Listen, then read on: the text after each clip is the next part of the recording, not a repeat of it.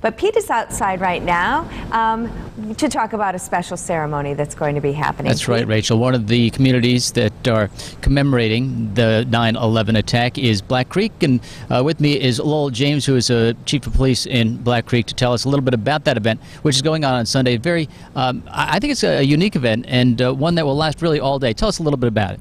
We're going to start in the morning with various fire departments standing post. Out of respect, they'll be at the corner of 47 and 54. They'll stand there all day. And then we're going to move to our South Park, where we'll have our memorial program. And now tell us a little bit about why this is draped in black. The truck is draped in black to show respect, and it's to show the loss of a firefighter. It shows that we're in mourning for that loss. That's why the lights are covered in black and the black sashes. Why are you doing this?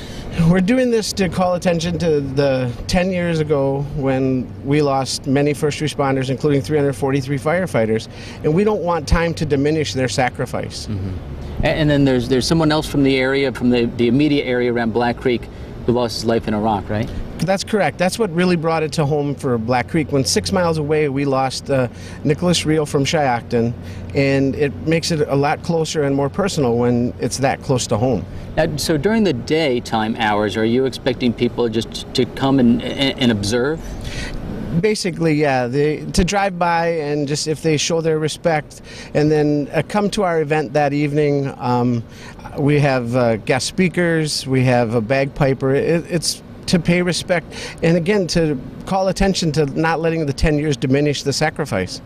Now, you were in New York shortly after the attack. What were you doing there in January of 2002?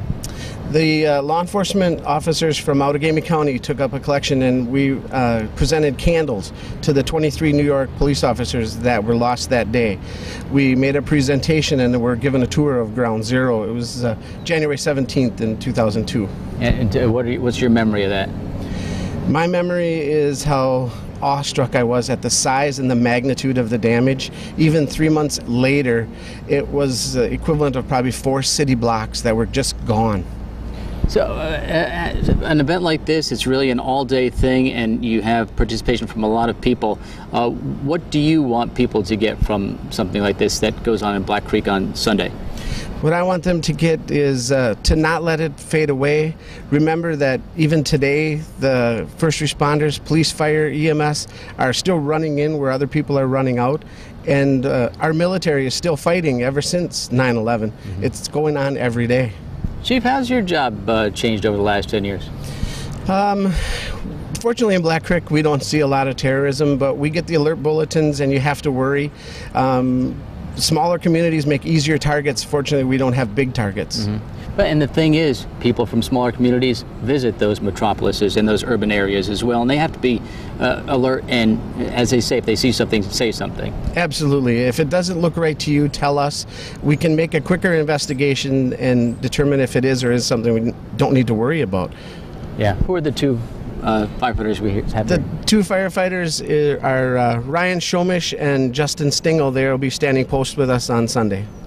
Chief Lowell James, thank you very much for joining us here on Good Day Wisconsin. And once again, the information for that event is all on our website, fox11online.com. We'll be right back. You're watching Good Day Wisconsin.